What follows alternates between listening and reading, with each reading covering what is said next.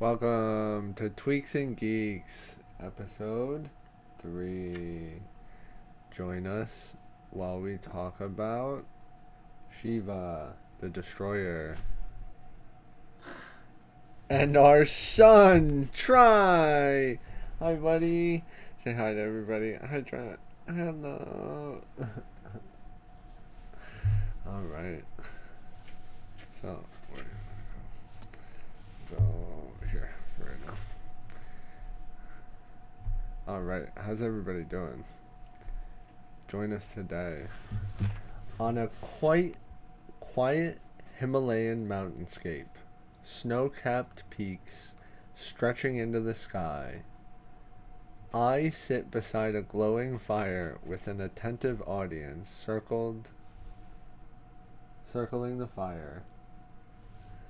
The sound of a distant conch echoes softly as I begin.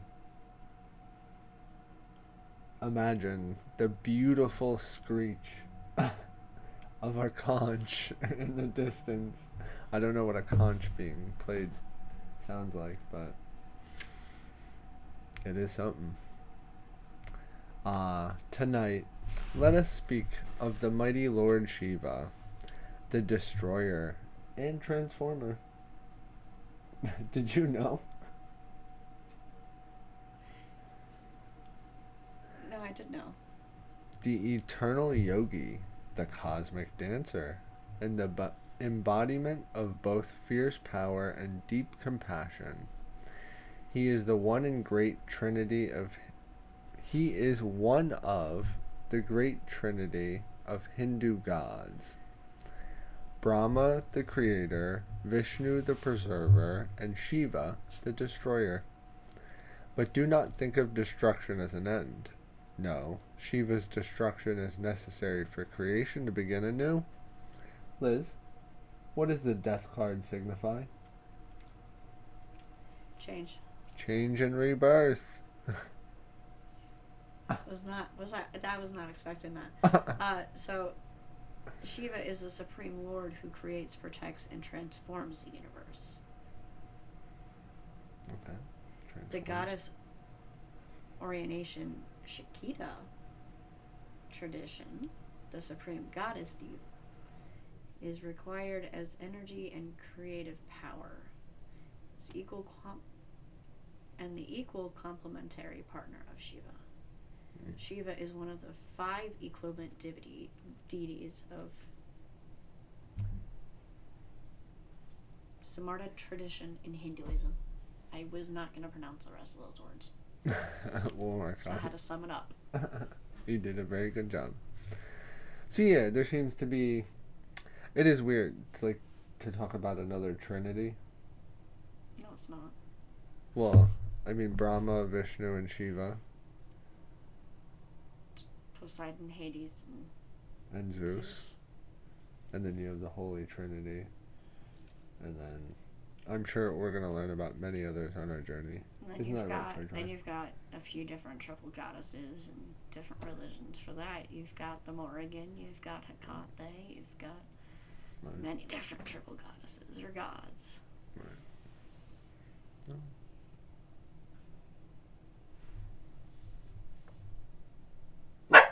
Shiva resides on top of Mount Kailash. Sorry, I'm a little drunk tonight. I'm not, just for the story. Mount Kailash. It's the only way to explain away the mispronunciation. Okay. The spiritual center of the world. He is often depicted in deep meditation. His matted hair piled high with the sacred ganja. I don't think it is. The Ganges River, flowing from his locks. The crescent moon rests on his head, and his throat is as blue as the night sky. It's not blue, but let me tell you how he came to be this way. Wait, he has many aspects. Benevolent as well as fearsome. In the benevolent aspects, he is depicted as one who lives an aesthetic life, as well as a householder with his wife Pravarti and his 2 children. In his fierce aspects, he's also depicted as slaying demons. He is also known, as you were saying, the first yogai, regarded as the patron god of yoga, meditation, and the arts. Okay, so we have an introduction of the liberal arts. Interesting. Liberal arts for the win. Your degree is not going to waste. Don't worry. But you are right. He is the Serpent King. Visku eye around his neck, adoring crescent moon, the holy river flowing from him, from his matted hair, the third eye on his forehead, the eye that turns everything in front of it into ashes when opened. Wow. That's similar to like Medusa, or it's intense. Well, I mean, maybe. That is intense. The Tricula or trident as his weapon, and is usually worshipped in a form of lingam. Lingam? Yeah. Hmm. Oh, interesting. It is interesting, and you know, there's a lot of like similarities and connections to be drawn. Oh, do we have a question? I can't. Try. You curious little boy. What is your question, my dear boy? Why is his throat blue? Did he drink something strange? Did he drink something he shouldn't have drank that day? A curious mind. Let me explain. During this great Samudra Manthan, when the gods and demons churned the oceans of milk for the nectar of immortality, a deadly poison called Hala emerges. Its fumes threaten to destroy all of creation. The gods turned to Shiva, the only one powerful enough to contain such a force. Without hesitation, Shiva drank the poison, holding it in her throat to protect the universe. His wife, Parvati. I've heard of her. I've seen her actually come up in a few different Oracle tarot cards. Okay. Yeah. I think actually my first deck has her in it. Okay. I think, if I remember correctly. I haven't touched that deck in a very long time. So she's connected. So his wife, Parvati, stopped it from descending further, of the poison, and thus his throat turned blue because of the poison. So this, for the colorblind, may be blue. It's not blue though. Earning him the name, too hard to pronounce. See? Neelkanth, the blue-throated one. It's a very original name. But Shiva is a protector, Liz. And try. How is Shiva a protector and a destroyer? You're right. It is. How can you be a protector? Well, in order to protect, do you not need to be able to destroy? Does protecting not mean that there's an attack? Would you need to protect something if there was no one coming to attack it? I guess that would be the question of to be or not to be. To be or not to be? That's pretty good. Okay. So, to be or not to be? We gonna be. But Shiva is a protector. He is also the cosmic dancer. Okay. See? Yoga. He dances. Meditation. Right. Performing the Tandava, the dance of destruction and creation. With each step, he dissolves the old to make way for the new, reminding us that all things in life are cyclical. Birth, death, and rebirth. Trinity. Do it with me, Liz. The Trinity. The Trinity. It's an infinity sign, honey. It's basically it's a Trinity. Right? Is it not? Right. It is.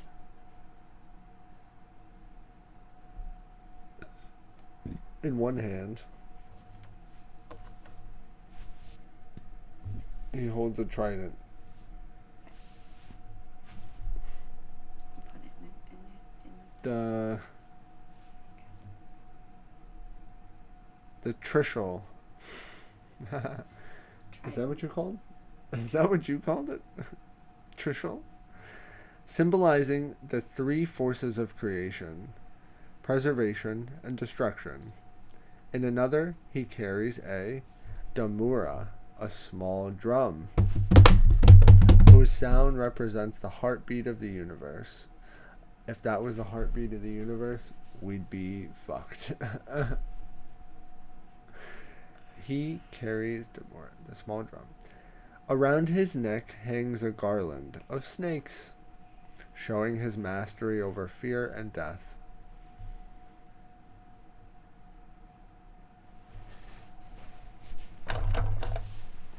But why does he smear ash on his body?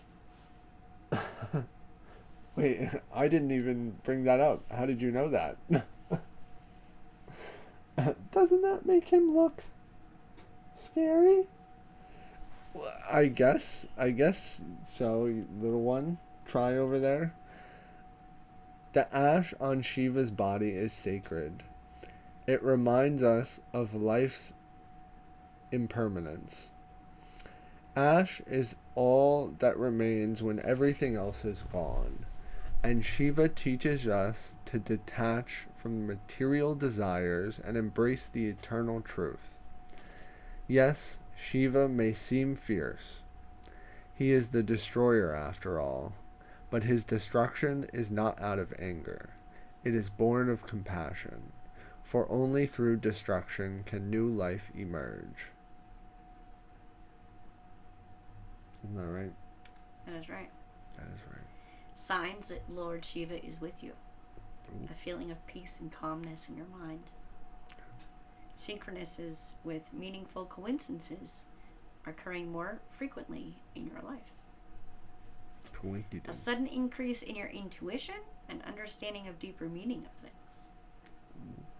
Okay. A feeling of being protected and guided by higher power. Seeing or dreaming about symbols associated with Lord Shiva, such as a trident, an improvement in your physical and mental health.